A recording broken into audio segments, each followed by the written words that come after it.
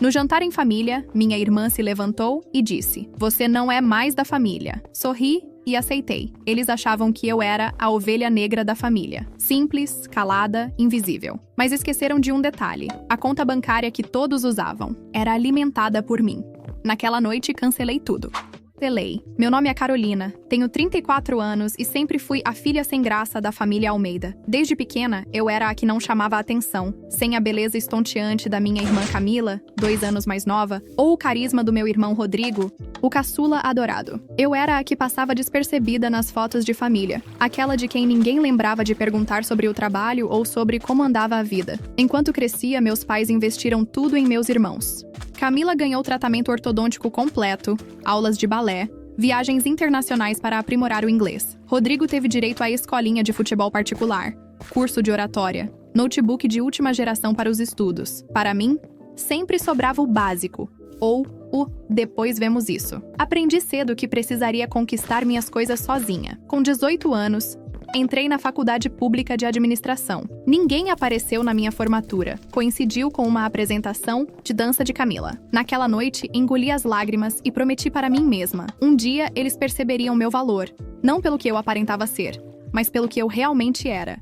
E assim começou minha jornada silenciosa. Enquanto Camila mudava de emprego a cada 6 meses por não se sentir realizada, e Rodrigo tentava empreender com o dinheiro dos meus pais, eu trabalhava incansavelmente. Comecei como estagiária em uma empresa de tecnologia, aceitando qualquer hora extra, qualquer projeto adicional. Dormia pouco, estudava muito, economizava cada centavo. Quando completei 25 anos, já era gerente de projetos. Aos 28, diretora de operações. Aos 30, fui convidada para a sociedade em uma startup de soluções financeiras. Nosso app de gestão patrimonial decolou. E em 2 anos, tínhamos mais de 1 milhão de usuários. Uma multinacional nos comprou. E de repente, sem alarde, sem ostentação, eu me tornei milionária. Ninguém na minha família sabia. Não por segredo, mas porque ninguém perguntava. Nas reuniões familiares, enquanto todos comentavam sobre o novo carro de Rodrigo, financiado pelos meus pais, ou as férias de Camila em Paris, também bancadas por eles, eu apenas sorria discretamente com minha roupa simples, meu carro modesto, meu apartamento funcional. Por fora, a mesma Carol de sempre. Por dentro, uma mulher que tinha conquistado mais do que todos eles juntos. Foi na pandemia que tudo começou a mudar. Meu pai perdeu o emprego na construtora onde trabalhou por 30 anos. Minha mãe, sempre dona de casa, entrou em desespero. O salão de beleza que minha irmã tentou abrir faliu em 3 meses. O restaurante onde meu irmão investiu todas as economias não resistiu ao lockdown. Numa noite de março de 2020, recebi uma ligação da minha mãe. Ela estava chorando, desesperada. "Carol, não sei o que fazer. Estamos com todas as contas atrasadas e o banco está ameaçando tomar a casa." Ela soluçava ao telefone, a voz embargada. Senti um aperto no peito. Apesar de tudo, eram minha família. "Quanto vocês precisam, mãe?" Quando ela mencionou o valor, percebi que era apenas o começo de uma longa crise. No dia seguinte, transferi o dinheiro e criei uma conta conjunta familiar. Expliquei que era uma forma de organização financeira. Para tempos difíceis, que eu colocaria um valor fixo todo mês para ajudar nas despesas básicas. "Mas como você tem esse dinheiro, filha? Você trabalha naquela empresinha de computador, não é?" perguntou minha mãe, genuinamente confusa. Engoli seco. "Tenho minhas economias, mãe. E a empresinha vai bem." Foi assim que, sem grandes explicações, tornei-me a provedora silenciosa da família Almeida. Todo mês depositava o suficiente para cobrir aluguel, contas, mercado, plano de saúde e até algumas regalias. Eles pensavam que a conta era uma espécie de fundo emergencial, criado pelo meu pai antes da crise, e que eu apenas ajudava com uma pequena parte. Ninguém questionou muito. Dinheiro entrando, problemas resolvidos. Durante os 2 anos seguintes, observei uma transformação nos gastos da minha família. O que começou como uma ajuda para necessidades básicas, logo se transformou em uma porta aberta para excessos. Camila voltou a fazer tratamentos estéticos caríssimos. Rodrigo comprou um carro novo, alegando que precisava para procurar emprego. Meus pais reformaram a cozinha inteira, porque mereciam um pouco de conforto depois de tanto sofrimento. Enquanto isso, nas reuniões familiares, continuava sendo a mesma Carol invisível. Ninguém perguntava sobre meu trabalho ou minha vida. As conversas giravam em torno das conquistas dos meus irmãos. Conquistas financiadas pelo meu dinheiro sem que eles soubessem. "Nossa, Carol, você devia investir mais em você mesma", disse Camila certa vez, olhando para minhas unhas sem esmalte. "Um tratamento de beleza faria maravilhas." Posso te indicar minha esteticista. Sorri educadamente. Estou bem assim, obrigada. É por isso que você não encontra ninguém. Homem nenhum gosta de mulher desleixada. Ela completou, como se estivesse me fazendo um favor com aquele conselho. Vi minha mãe concordando discretamente com a cabeça. Meu pai fingiu não ouvir, concentrado no celular. Rodrigo soltou uma risadinha. Você devia ouvir sua irmã, Carol. Ela só quer seu bem. Minha mãe finalmente disse, como se eu fosse uma adolescente rebelde e não uma mulher adulta de 34 anos. Respirei fundo. Cada um vive do jeito que escolheu, não é? Esse é o problema, rebateu Camila. Você escolheu essa vidinha medíocre. Trabalho-casa, casa-trabalho, sem ambição, sem sonhos. Dá pena. Aquelas palavras me atingiram como um tapa. Pena? Eles sentiam pena de mim? Eu que sustentava silenciosamente toda aquela estrutura de aparências? Mas engoli a resposta, como sempre fazia. Mudei de assunto e logo fui esquecida novamente na conversa. As situações de desrespeito foram se acumulando. Em um aniversário do meu pai, todos deram presentes caros, com o dinheiro que eu depositava. Eu dei um livro que ele sempre quis, comprado com meu próprio dinheiro, fora da conta conjunta. Ele mal agradeceu, colocando o livro de lado para admirar o relógio que Rodrigo tinha dado. Em outro momento, durante um almoço de domingo, ouvi minha mãe cochichando na cozinha com minha tia. A Carol é um doce de pessoa, mas tão sem sal. Não sei onde erramos com ela. Camila e Rodrigo são tão vivos, tão cheios de presença. Ela parece sempre invisível. Minha tia respondeu em tom de consolo. Mas ela parece bem resolvida com essa vida simples que leva. Nem todo mundo nasceu para brilhar, né? Senti meus olhos marejarem, mas respirei fundo. Aquilo não era novidade para mim. Sempre fui a filha que não brilhava, a que não merecia atenção especial. A gota d'água veio 6 meses atrás, quando percebi que os gastos na conta conjunta haviam duplicado. Ao verificar o extrato, descobri compras absurdas. Uma viagem para Cancún em nome de Camila e seu namorado. Um investimento em criptomoedas feito por Rodrigo. Móveis novos para a sala dos meus pais. Decidi que era hora de uma conversa franca. Marquei um jantar em família, algo raro, já que normalmente era ignorada quando sugeria encontros. Desta vez, para minha surpresa, todos confirmaram presença. Mal sabia eu que eles tinham outros planos para aquela noite. Escolhi um restaurante simples, mas aconchegante. Nada muito caro ou pretensioso. Apenas um lugar onde pudéssemos conversar sem distrações. Cheguei pontualmente às 20 horas, como sempre. E como sempre, esperei por quase 1 hora até que todos chegassem. Nossa, que lugar diferente, comentou Camila ao entrar, olhando em volta com uma expressão de leve desprezo. Não tinha nada mais. Você sabe. Elegante? Sorri educadamente. Achei que seria um bom lugar para conversarmos. Típico da Carol. Escolher algo assim, sussurrou Rodrigo para minha irmã, mais alto o suficiente para que eu ouvisse. Sempre na economia. Fingi não perceber a alfinetada e seguimos para a mesa. Depois de feitos os pedidos, respirei fundo e comecei a falar sobre o motivo daquele jantar. Queria conversar sobre a conta conjunta da família. Comecei calmamente. Percebi que os gastos aumentaram muito nos últimos meses e mal pude completar a frase. Meu pai me interrompeu. Ah, isso é problema meu e da sua mãe, Carol. Não se preocupe com isso. Na verdade, pai, eu me preocupo sim. Porque foi quando notei um olhar estranho trocado entre meus familiares. Um silêncio incômodo se instalou.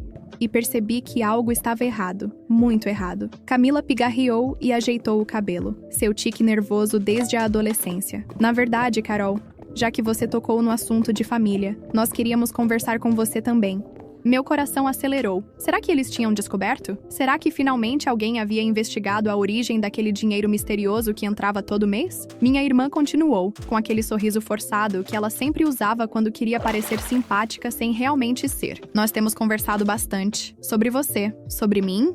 Perguntei, sentindo meu estômago se contrair. Sim, ela prosseguiu, lançando um olhar rápido para meus pais, que permaneciam em silêncio, olhando para seus pratos. Sentimos que você está, como posso dizer, desenquadrada. Desenquadrada? Repeti, tentando entender onde aquela conversa iria parar. Veja bem, Carol.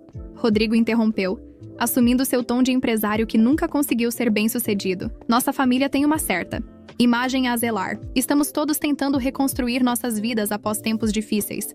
E cada um tem seu papel nisso. Olhei para ele, incrédula. E qual seria o meu papel nisso tudo?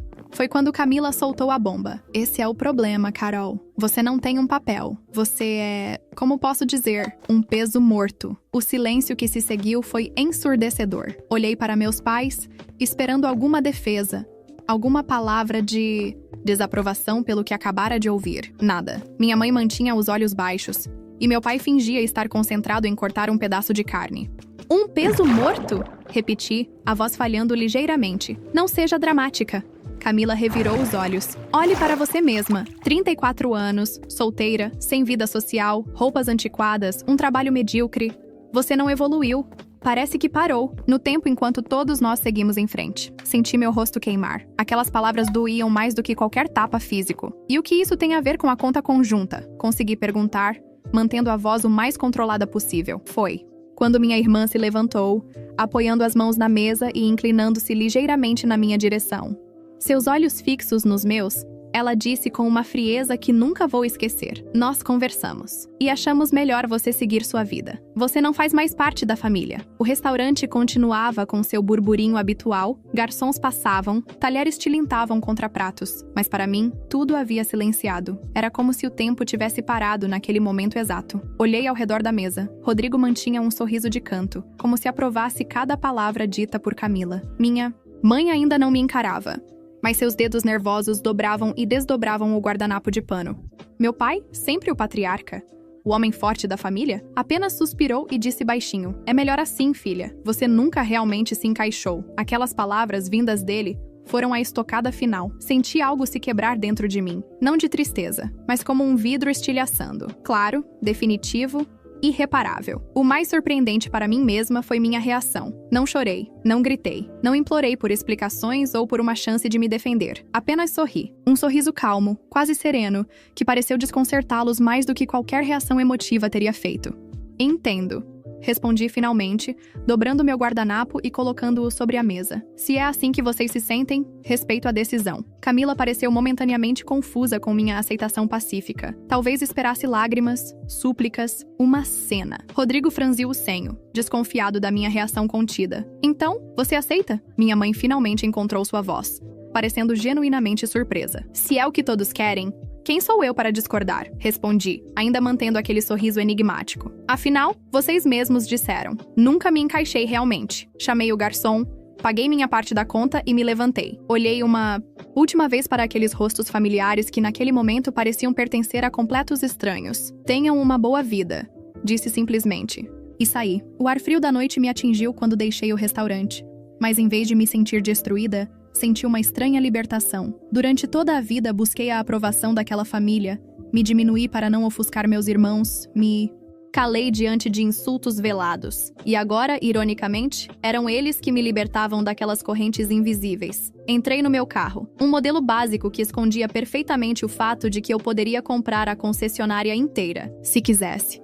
E dirigi até meu apartamento. Não era um lugar luxuoso, mas era aconchegante e bem localizado. Um refúgio que refletia quem eu realmente era. Discreta por fora, rica em possibilidades por dentro. Sentei-me em meu sofá e liguei meu notebook. Acessei minha conta bancária e olhei para o saldo. 8 dígitos que nunca fizeram diferença. Para minha família, porque eles nunca souberam que existiam. Com alguns cliques, acessei a conta conjunta que sustentava o estilo de vida deles há mais de 2 anos. Foi surpreendentemente fácil. Alguns cliques, uma senha, uma confirmação. Cancelei todos os cartões vinculados à conta, bloqueei todos os débitos automáticos e transferi o saldo restante para minha conta pessoal. O sistema me perguntou se eu tinha certeza. E pela primeira vez em muito tempo, não hesitei. Sim, tenho certeza. Fechei o notebook e olhei pela janela. A cidade estava iluminada lá fora, milhares de luzes brilhando na escuridão. Peguei meu celular e desliguei as notificações. Sabia que era apenas questão de tempo até que os telefonemas desesperados começassem. Naquela noite, dormi melhor do que em anos. Sem o peso de carregar uma família que nunca me valorizou. Sem a angústia de ser invisível para as pessoas que deveriam me enxergar primeiro. Sem a dor de amar quem só sabia julgar. Como previsto, no dia seguinte meu celular já mostrava 12 chamadas perdidas. 7 de minha mãe, 3 de Rodrigo, 2 de Camila. Nenhuma mensagem de texto, o que era típico deles. Preferiam o drama imediato de uma ligação a uma comunicação escrita que pudesse ser guardada como prova. Não retornei nenhuma chamada. Segui minha rotina normalmente, fui trabalhar, almocei com colegas, voltei para casa. Apenas no final do dia, quando o número de chamadas perdidas já passava de 20, decidi atender quando o nome da minha mãe apareceu na tela novamente. Alô, respondi, sem emoção na voz. Carol, graças a Deus você atendeu, minha mãe falava.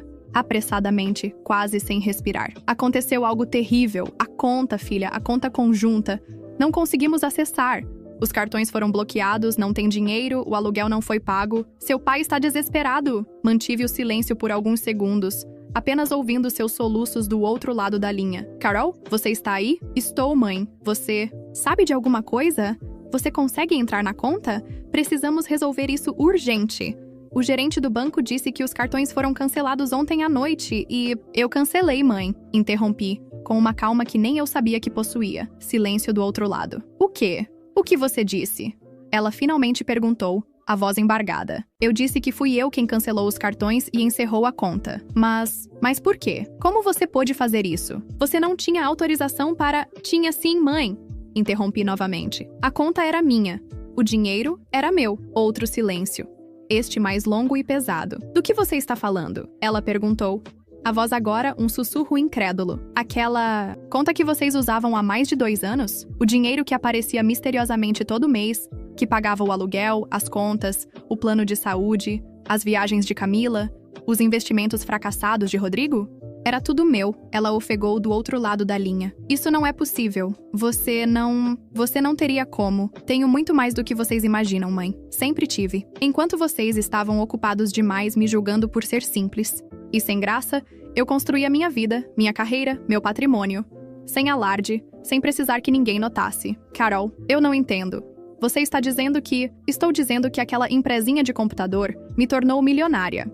Que enquanto vocês compravam roupas de marca com o meu dinheiro, eu usava roupas simples por escolha, não por necessidade. Que enquanto vocês reformavam a casa com o meu dinheiro, eu morava num apartamento modesto porque gosto de praticidade. Ouvi. Um soluço abafado. E agora você decide cortar tudo assim sem aviso? Por causa de uma discussão boba no jantar? Senti uma risada irônica escapar dos meus lábios. Boba? Você chama de discussão boba o momento em que seus filhos me expulsaram da família com sua aprovação silenciosa? Você acha bobo o fato de meu próprio pai dizer que eu nunca me encaixei? Ah, filha, você está exagerando. Camila, é explosiva. Você sabe como ela é. E seu pai só quis dizer que você sempre foi diferente. Não, mãe, não tente minimizar o que aconteceu. Durante toda a minha vida, eu fui a filha invisível, a que nunca recebia atenção, a que tinha que se virar sozinha. Eu aceitei isso, mas quando vocês me disseram que eu não fazia mais parte da família, bem, apenas respeitei a decisão de vocês. Mas Carol, família é para sempre. A gente briga, a gente discute, mas continuamos sendo família. Não, foi o que vocês disseram ontem. E sabe o que é interessante? Durante anos, eu me senti culpada por não ser o que vocês esperavam, por não ser bonita e extrovertida como Camila, por não ser carismática como Rodrigo. Eu tentei compensar, isso sendo útil, ajudando financeiramente quando vocês precisaram. E mesmo assim, não foi suficiente. Ouvi vozes ao fundo, meu pai e provavelmente meus irmãos, discutindo, tentando ouvir a conversa. Carol, por favor, minha mãe implorou. Vamos conversar pessoalmente. Venha até aqui. Vamos resolver isso como família. Não existe mais família. Mãe, vocês deixaram isso muito claro ontem. Mas o que vamos fazer? Como vamos pagar o aluguel? As contas? Senti um aperto no peito ao perceber que a preocupação dela não era ter me magoado, mas sim como sobreviveriam sem meu dinheiro. Façam como eu sempre fiz. Trabalhem, economizem, construam a própria vida. Eu acreditei em vocês quando disseram que não me queriam mais. Agora, acreditem em mim quando digo que não quero mais ajudar. Desliguei o telefone antes que pudesse ouvir mais súplicas. Nos dias que se seguiram, as ligações continuaram.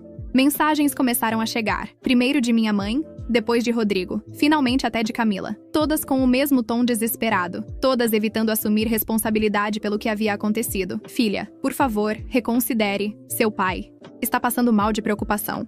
Carol, vamos conversar como adultos. Aquilo foi um mal-entendido. Mana, desculpa se fui dura com você. Você sabe que te amo, né? Não respondi a nenhuma delas.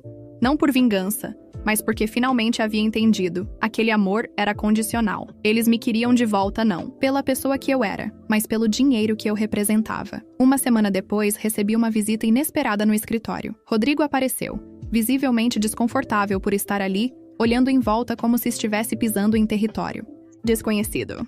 Senhorita Carolina, seu irmão está aqui, anunciou minha secretária, com uma expressão que denunciava que ela já sabia de toda a história. Pode mandá-lo entrar, respondi, mantendo a compostura profissional. Rodrigo entrou, hesitante. Pela primeira vez, ele via meu escritório. Amplo, elegante, com vista para a cidade. Ele viu meu nome na porta com o título de diretora executiva. Viu os prêmios de inovação nas paredes, as fotos com personalidades importantes do setor. Vi seus olhos se arregalarem ao perceber que sua irmã, sem graça, comandava um império. Carol, isso tudo é seu? Ele perguntou, parecendo genuinamente impressionado. Sim, Rodrigo. Isso tudo é meu. O que posso fazer por você? Ele engoliu, em seco. Claramente não esperando aquela recepção fria. Vim para tentar entender o que está acontecendo. Começou, sentando-se na cadeira à frente da minha mesa. A conta, o dinheiro, todo esse tempo era você? Assenti, sem dizer nada. Mas como? Por quê? Por que você nunca contou? Alguém perguntou? Respondi simplesmente. Alguma vez em todos esses anos, alguém da família quis realmente saber o que eu fazia, como eu vivia, quem eu era. Ele baixou os olhos, sem resposta. Vocês já tinham criado uma imagem minha. A irmã sem graça, sem ambição, sem vida. Era mais fácil me encaixar nessa caixinha do que admitir que talvez não me conhecessem de verdade. Mas você poderia ter dito, poderia ter mostrado. Para quê, Rodrigo? Para mudar a dinâmica? Para vocês gostarem de mim pelo que eu tenho, não pelo que eu sou? Ele sacudiu a cabeça, parecendo confuso. Não é assim, Carol. Nós gostamos de você? Não. Foi o que pareceu naquele jantar. Você não faz mais parte da família, lembra? Ele passou a mão pelos cabelos, desconfortável. Camila exagerou. Você sabe como ela é dramática. Ninguém levou aquilo a sério. Vocês levaram a sério o suficiente para me expulsar da mesa. Para concordar com ela. Para me deixar ir embora. Sem uma palavra de defesa, ele ficou em silêncio por alguns instantes. O que você quer, Carol? Quer que imploremos? Que nos humilhemos? É isso? Olhei para meu irmão caçula, aquele menino que sempre foi o favorito, o protegido, o especial, agora sentado à minha frente parecia pequeno, frágil, perdido. Não, quero nada, Rodrigo. Esse é o ponto. Pela primeira vez na vida, não estou esperando nada de vocês. Não estou tentando provar meu valor. Não estou buscando aprovação. Estou simplesmente vivendo minha vida, como vocês sugeriram que eu fizesse. Mas... e a família? E nossos pais? O que tem eles? Eles estão desesperados, Carol. O aluguel venceu, as contas estão acumulando, o cartão de crédito foi bloqueado. E? Como assim? São nossos pais? Sim, são nossos pais. Os mesmos que passaram a vida inteira favorecendo você e Camila. Os mesmos que nunca me defenderam quando fui humilhada. Os mesmos que concordaram silenciosamente quando fui expulsa da família. Por que eu deveria continuar sustentando-os? Ele engoliu em seco, sem argumentos. O que vocês querem de mim, Rodrigo? Querem que eu volte a depositar dinheiro numa conta para vocês gastarem? Querem que eu finja que nada aconteceu? Que eu continue sendo a invisível, a irmã sem graça, que agora é útil porque tem dinheiro? Não é assim. É exatamente assim. Interrompi, levantando a voz pela primeira vez. Vocês me quiseram fora quando achavam que eu não servia para nada. Agora que descobriram que meu dinheiro faz falta, de repente sou importante de novo? Vi os olhos dele se encherem de lágrimas, talvez de vergonha, talvez de frustração por não conseguir me manipular. O que você quer que eu diga para eles? Ele perguntou finalmente, derrotado. A verdade, Rodrigo. Diga que eu finalmente entendi meu lugar, ou a falta dele, nessa família. Diga que respeito a decisão de vocês de seguirem sem mim e... espero que respeitem a minha de seguir sem vocês. Ele se levantou parecendo 20 anos mais velho do que quando entrou. Isso é definitivo, então? Você vai mesmo abandonar a família? Sorri tristemente. Não, Rodrigo. A família me abandonou.